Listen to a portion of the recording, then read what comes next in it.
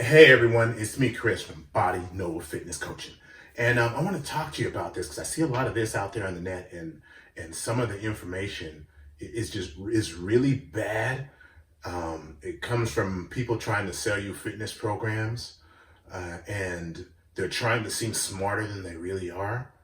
And this is the age where information is hitting a lot of you very, very fast, and it's faster than we know what to do with. But this is one area that kind of like I want to go out around the net calling people out, but if you do this, you invite that type of drama or that type of energy into your life. So I tend to walk away from it, but I'm going to do it in this way. So it's they're called somatotypes, and what a somatotype is just basically simply think body types.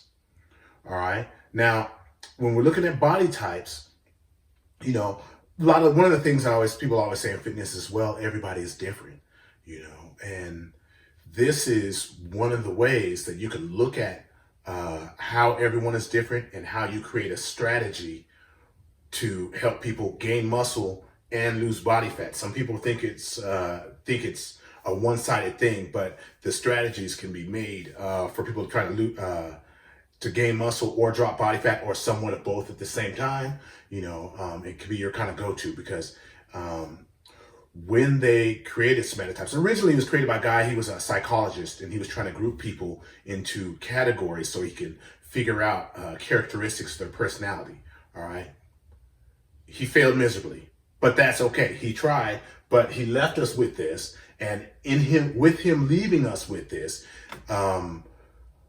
fitness and athletics, now have better ways to help people achieve their goals, or in the case of athletics, help coaches pick the athletes that's worth them investing their energy into.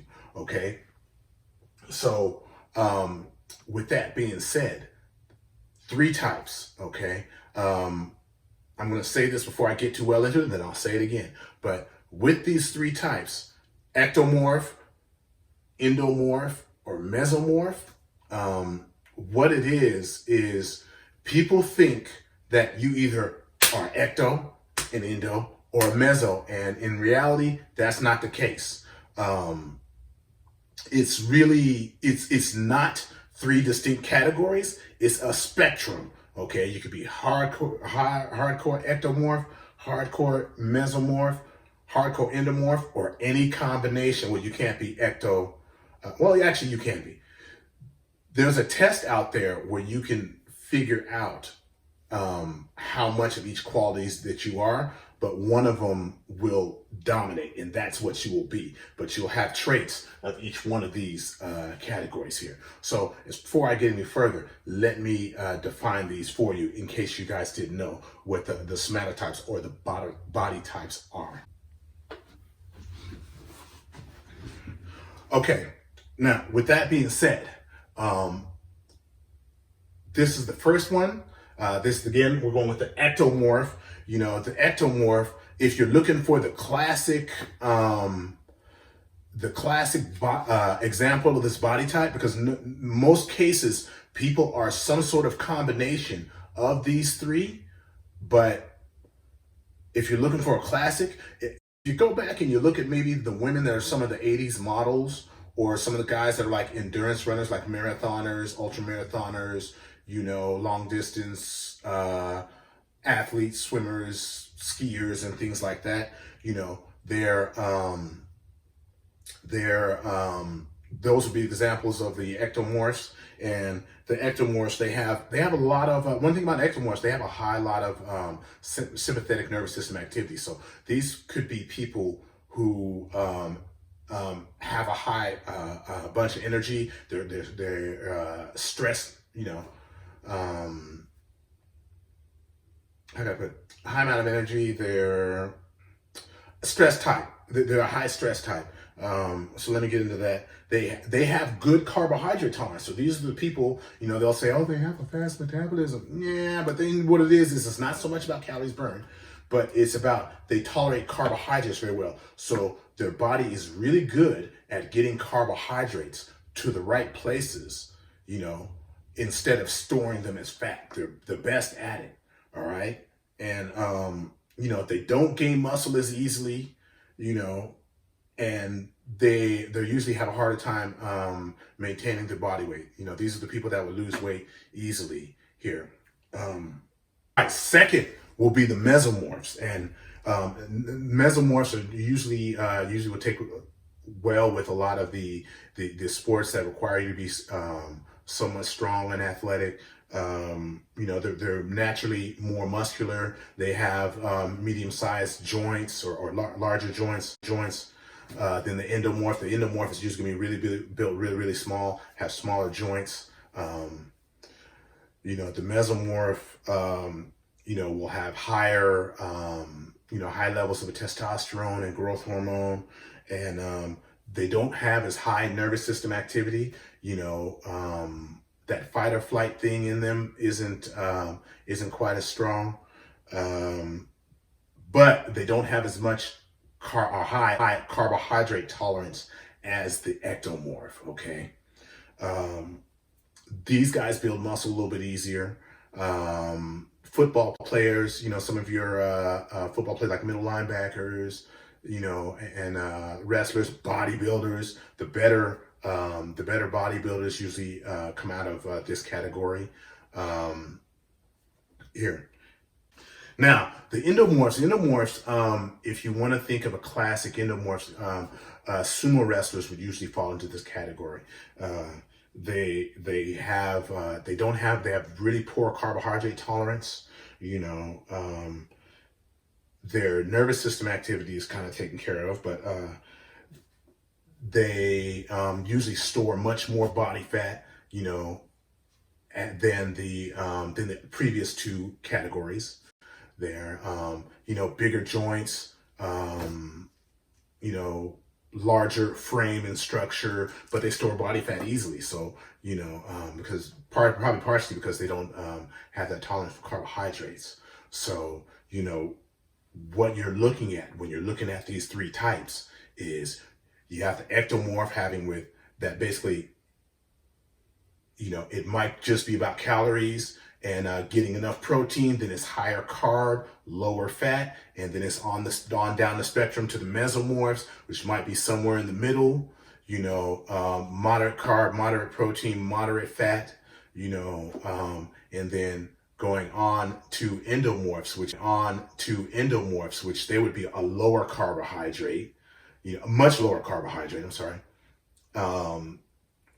Moderate protein and higher fat. Okay, so you want to think about that. That's kind of the way that you go about your nutritional strategies. And it's not just about weight loss with these, because you could set the calories for weight loss, or you could set them for weight gain. And these guys would be less likely to gain fat if you use those strategies at a higher calorie intake for gaining muscle. So that's something you should think about with these three body types. Okay.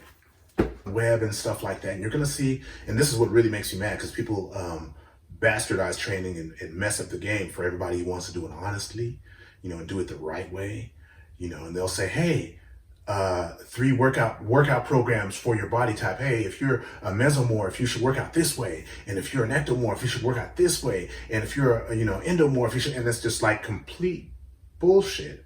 Okay, and the reason being is human physiology does not differ that vastly from human being to human being. So as I'm saying that, what you need to know, if you need to gain muscle, the same things are going to apply to ecto, the same principles are going to apply to ectomorph as it does to an endomorph. Same ones are going to apply to a mesomorph, okay? So where it is at is, like I was saying before about the nutrition, you want to change your nutrition to make sure that you're less likely to store things as fat and